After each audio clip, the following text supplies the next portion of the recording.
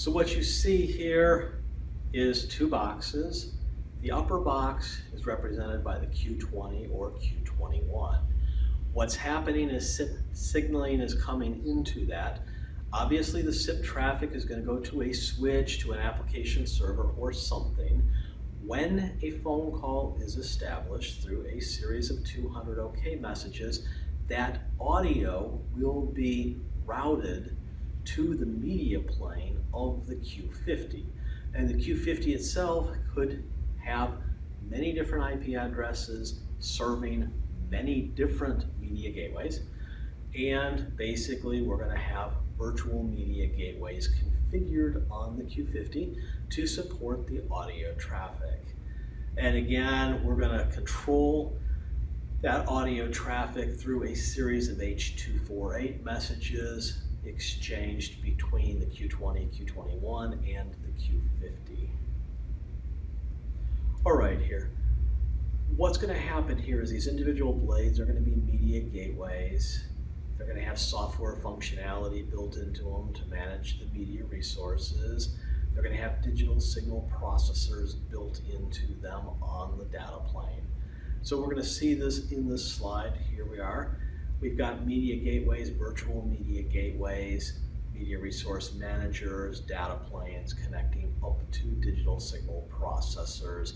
I don't know that this information is going to be super important here. The concept that we're going to have some form of digital signal processing, some form of media gateway shouldn't be that radical. Either way, it's going to all be transparent under the hood. You're generally not going to be touching that. You can have multiple blades, however, in that chassis. I'm going to back up to the previous slide for just a second. You can have up to 5 active modules, blade 1, 2, 3, 4, 5, with the 6th blade being a standby. So we are configured in N+1 scenarios. And again, you've got a blade as the primary and a blade as the standby. And if the primary blade fails, the standby blade will automatically engage the functionality.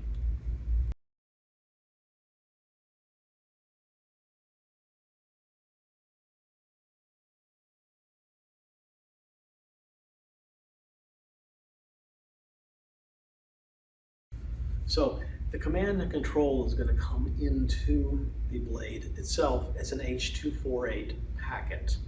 It's going to come into the Q50 from the LAN ports on the front. Once that packet is received, it will be directed to the correct circuit pack, the correct media gateway, virtual media gateway, the correct media resource manager. The media resource manager is going to configure the media path, and it's going to connect that media path to a digital signal processing resource. Other things the media resource manager has to do include allocating resources to fulfill the media channel requests from the signaling call control layer, determine if we have to do transcoding. If we do, what are the appropriate connections into the digital signal processors, and connecting the terminations to the transcoding device when it is required.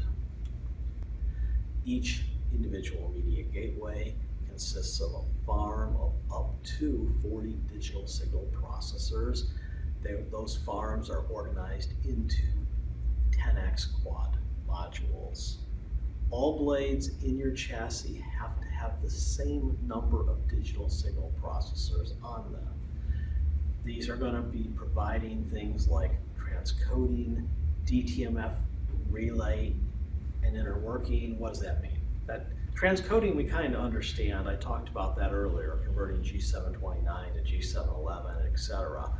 DTMF relay and inner working, you might have some devices that use in-band DTMF and some devices that use out-of-band DTMF. We might need to convert from one function to the other. We might need to get an out-of-band DTMF and inject audio tones as a function of that.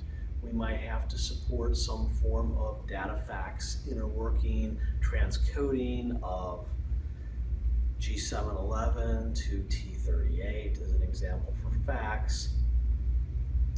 Basically, normally for normal voice and video, it's a pass-through. We don't actually have to do transcoding from the majority of the calls. Basically, in a nutshell, what you're seeing here is that you have a single Q50. The single Q50 has 5 different blades in it. The blades, on each blade, there is a virtual media gateway and a media resource manager, and the individual SBCs themselves can be going from their media gateway controller to different virtual media gateways. So we could try a first virtual media gateway, perhaps all of its resources are consumed. We could go to a second or a third potentially. Then you have the ACS on the right showing Media Gateway Controller B, and Media Gateway Controller B can have a different set of virtual media gateways. Now these virtual media gateways, notice blade 3 here. Blade 3 is configured with more than one virtual media gateway. So blade 3 could be servicing some traffic from one SBC and a different SBC, where each SBC is going to a different virtual media gateway. So I could have set up some scenario where routing was based on time or hunting or some other aspect in the network. Perhaps percentage-based routing or priority-based routing would be making the difference of whether I'm going to a virtual media gateway on blade 1, blade 2, or blade 3. One thing here, you do have the ability when you have the multiple routes, you have the ability to prepare for future growth.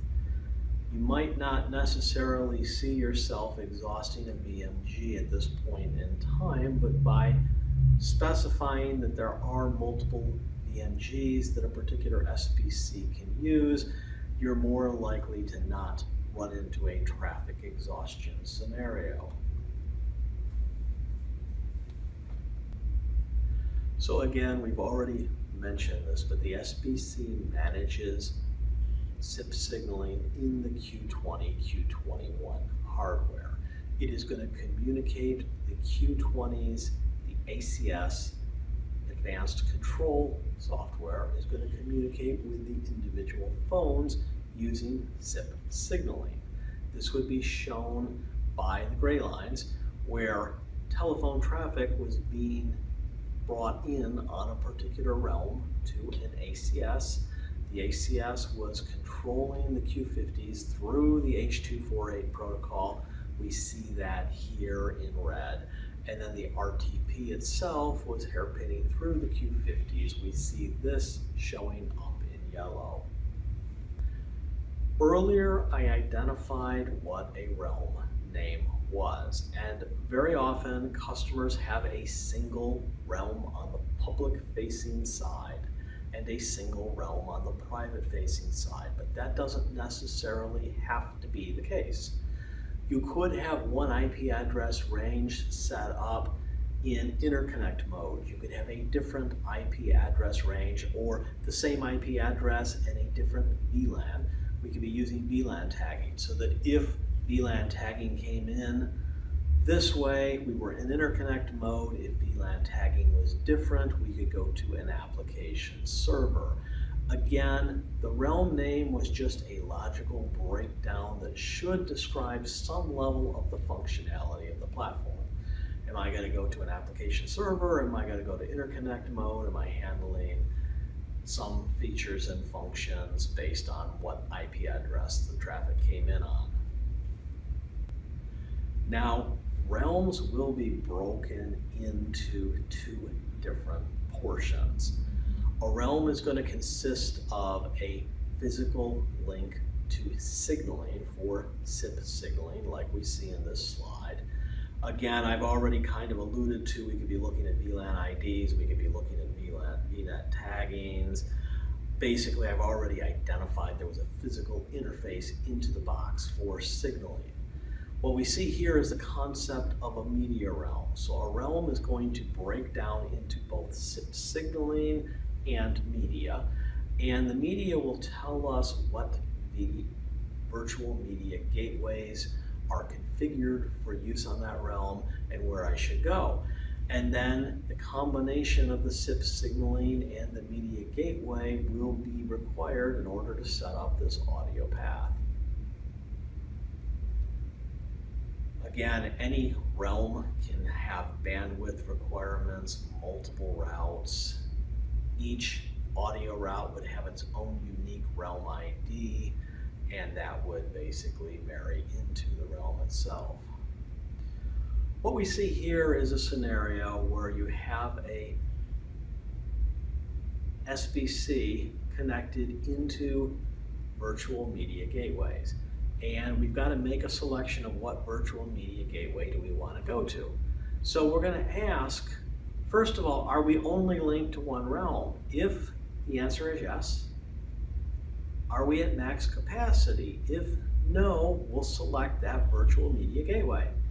If we were not linked into more than one realm, we could decide where to go based on priority and weight. So I could have more than one virtual media gateway selected.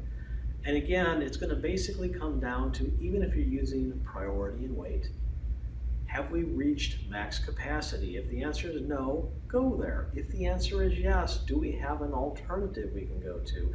And are they available? If they are, route the call to that virtual media gateway. Now, if we do go to a virtual media gateway and for some reason all of the resources are full, we do have the ability to hunt to the next one in our list. And we can simply go to the next one and complete the call. This is going to help us overload. This is going to help us in situations where we have overload or congestion conditions. Perhaps you just simply don't have enough resources in this particular SBC because it's the peak time of the day, it's 10 a.m. on a Monday and you've got a lot of business traffic going. We could go to other virtual media gateways in the network that might be serviced based on a different geographic region, different time of day. They may have more resources available. Now, regarding the One EMS platform, you can use commercial off-the-shelf hardware. It is basically going to be a 2U Intel-based server, specifically a Contron server, and they're typically deployed in a cluster where you have an active standby condition for the One EMSs. Here we're just looking at the signaling portion for the Q20 or Q21 for the ACS portion, Advanced Control Software. Basically, 2U server, commercial off-the-shelf platform, carrier-grade solution, hot swappable, NEBS compliant, no big deal there. That's fairly standard stuff.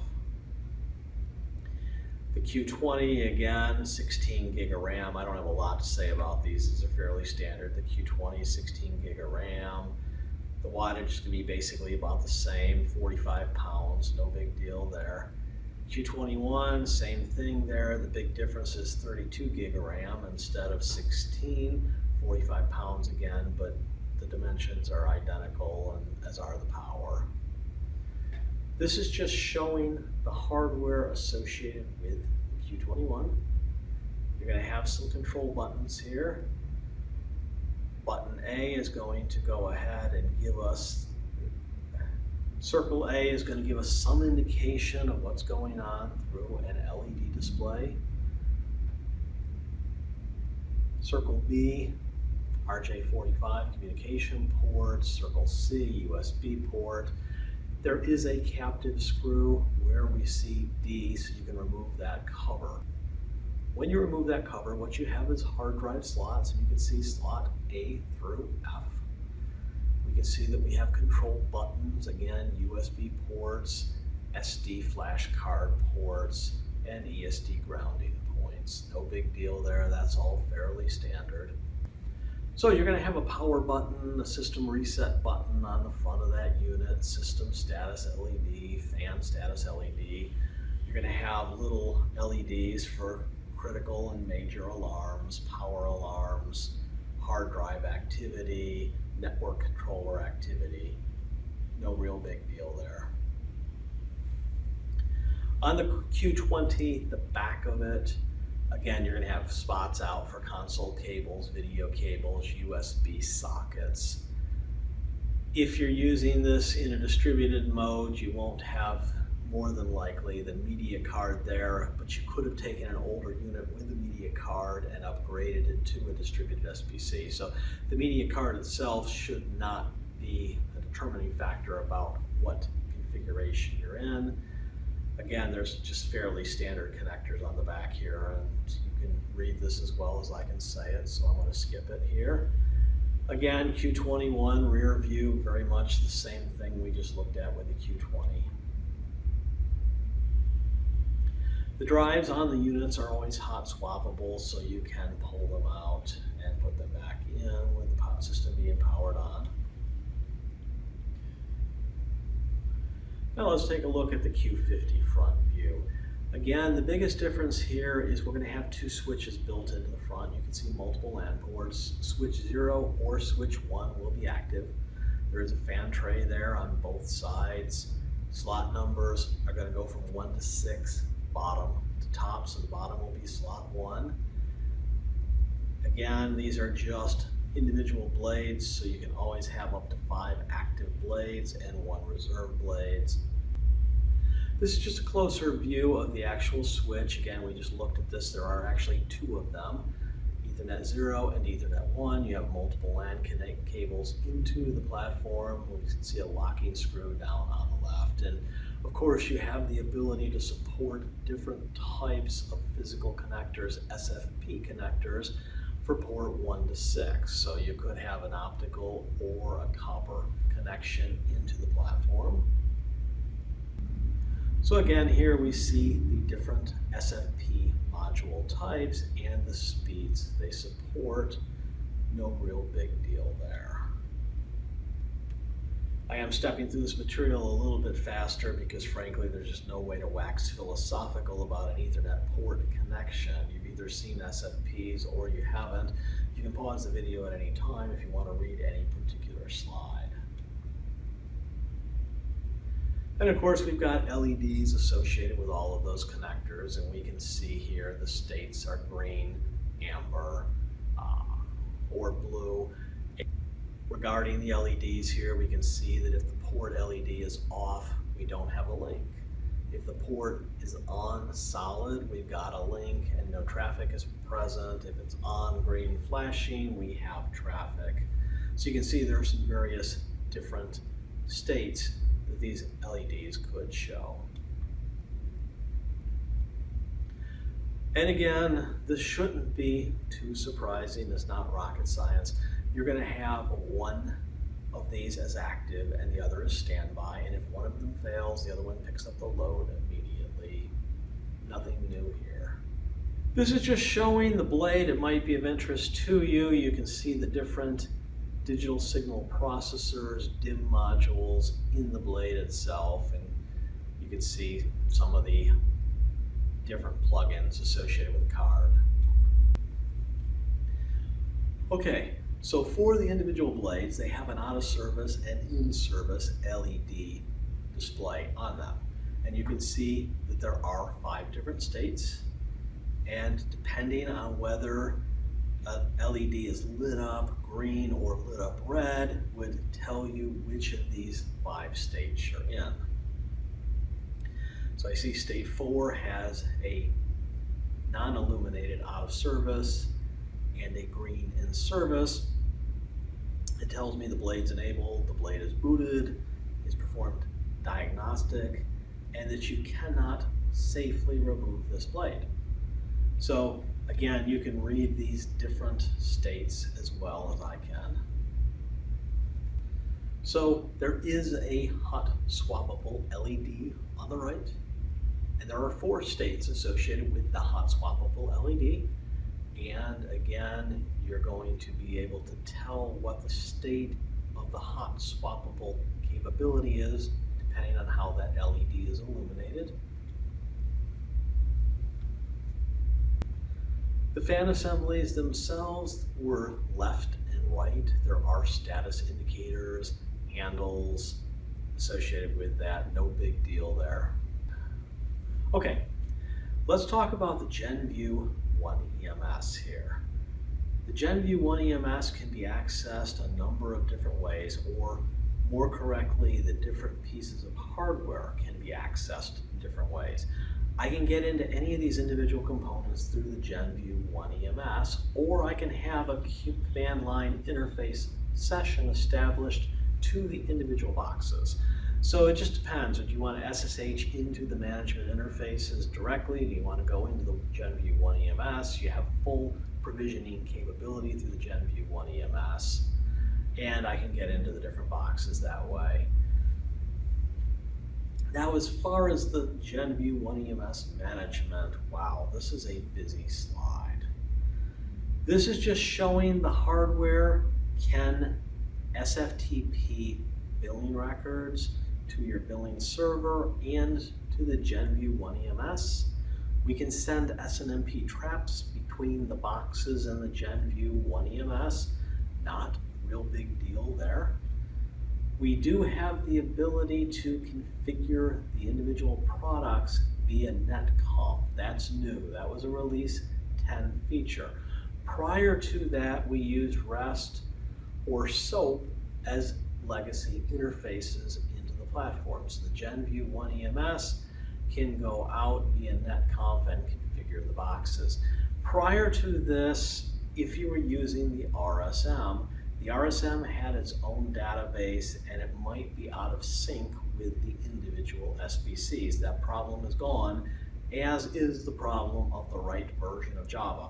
The Genview-One EMS will query the box, figure out what the configuration is, and then you can configure the box instantaneously, either through the command line interface or through the One EMS.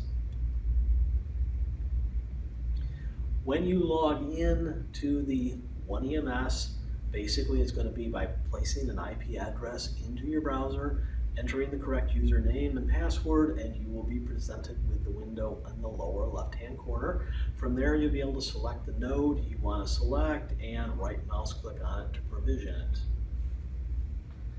Along the top of the Genview-One EMS, we have statistics, how many alarms we're seeing in the system.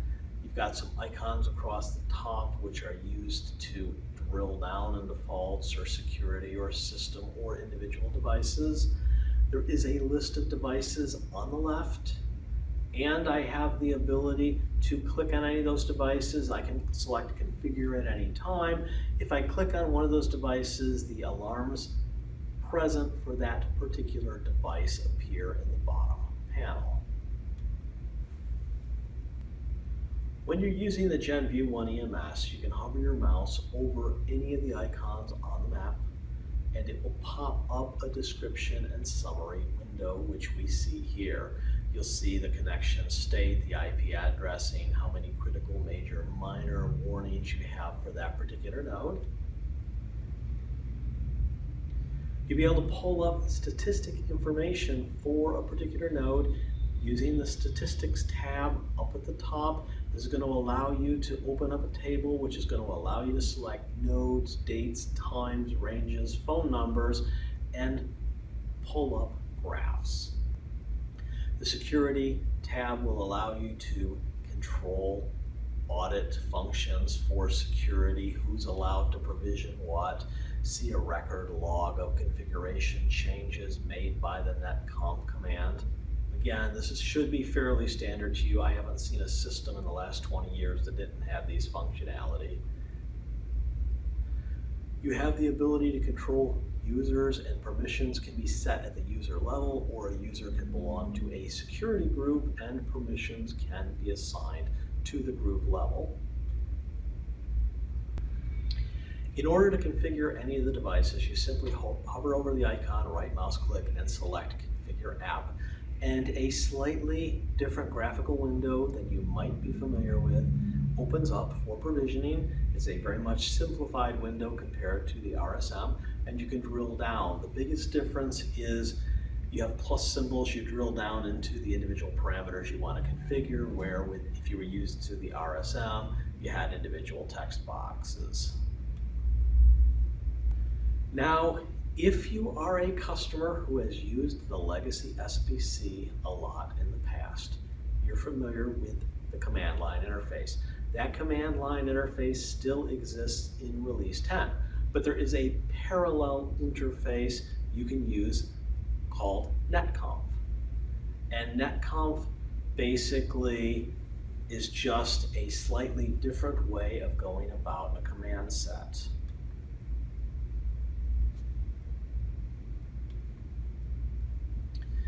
What's going to happen here is when you log in order to get into the configuration CLI, the configuration netconf, you will have to type confd_CLI.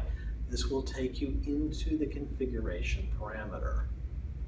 The nice thing about this configuration is if you just type a space question mark, it will give you your options.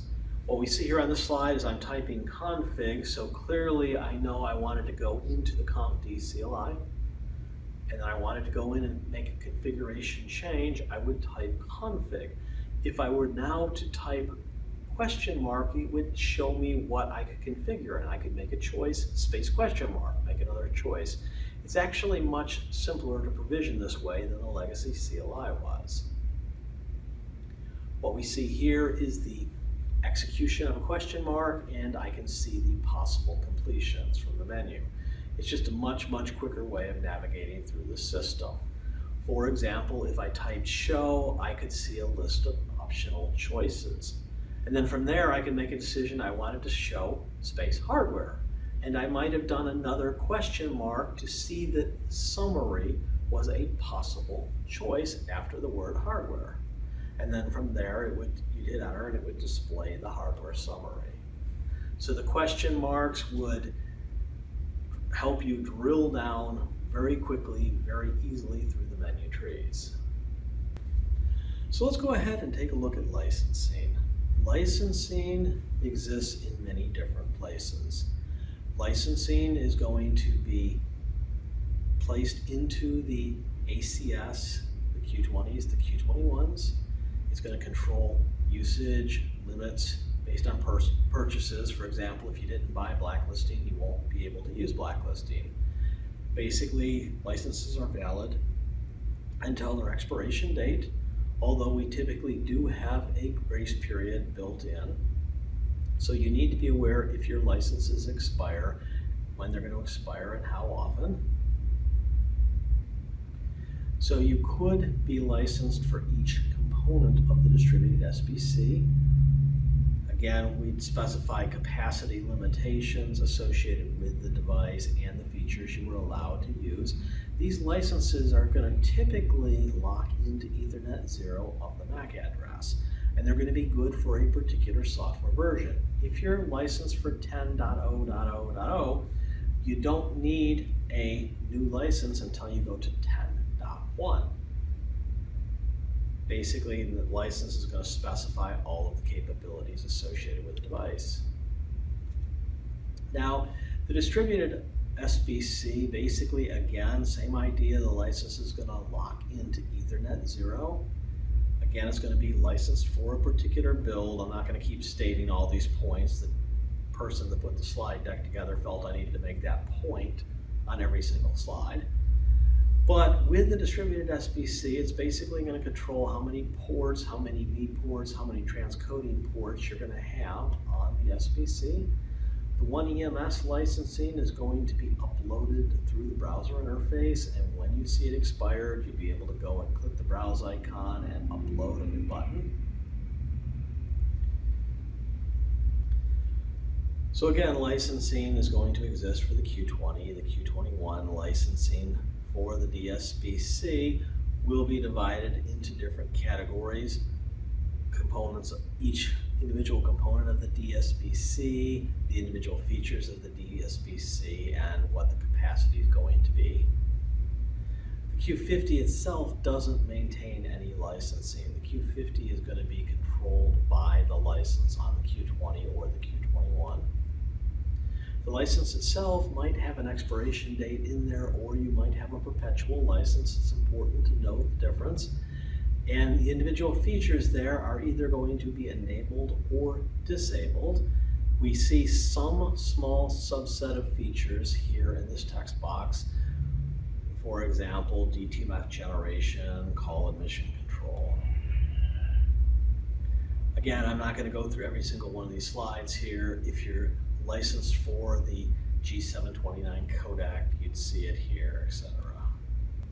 In conclusion, licensing is not much different from what you're used to seeing. Features will either be activated or they will be deactivated. There will be call capacity restrictions, again, licensing tags into Ethernet 0's MAC address. It's important to know where your licenses are, to have backup copies, and know if you have any expiration dates at all. This is the final topic, and this concludes the information in this training video series. Thank you for taking the time to view this content.